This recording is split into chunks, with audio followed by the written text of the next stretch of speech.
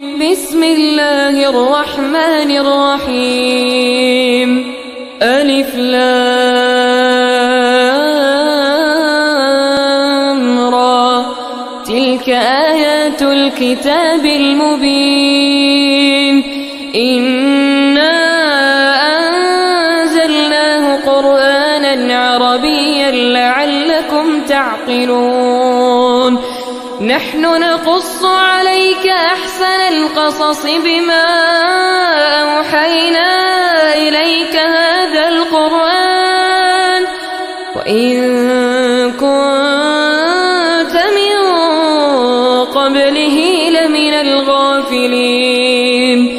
إذ قال يوسف لأبيه يا أبت إني رأيت 11 كوكبا والشمس والقمر رأيتهم إني رأيت 11 كوكبا والشمس والقمر رأيتهم لي ساجدين.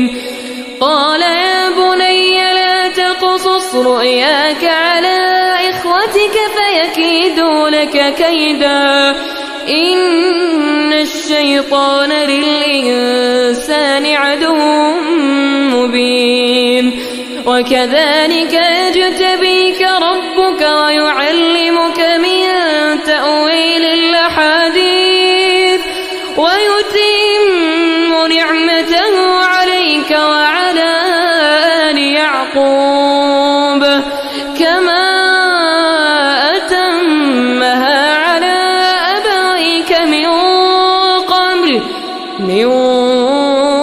قبل إبراهيم وإسحاق إن ربك عليم حكيم. لقد كان في يوسف وإخوته آيات للسائلين إذ قالوا ليوسف وأخوه أحب إلى أبينا منا ونحن عصبة إن أبانا لفي ضلال مبين.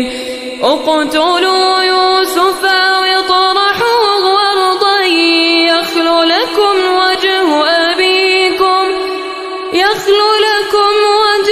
أبيكم وتكونوا من بعده قوما صالحين.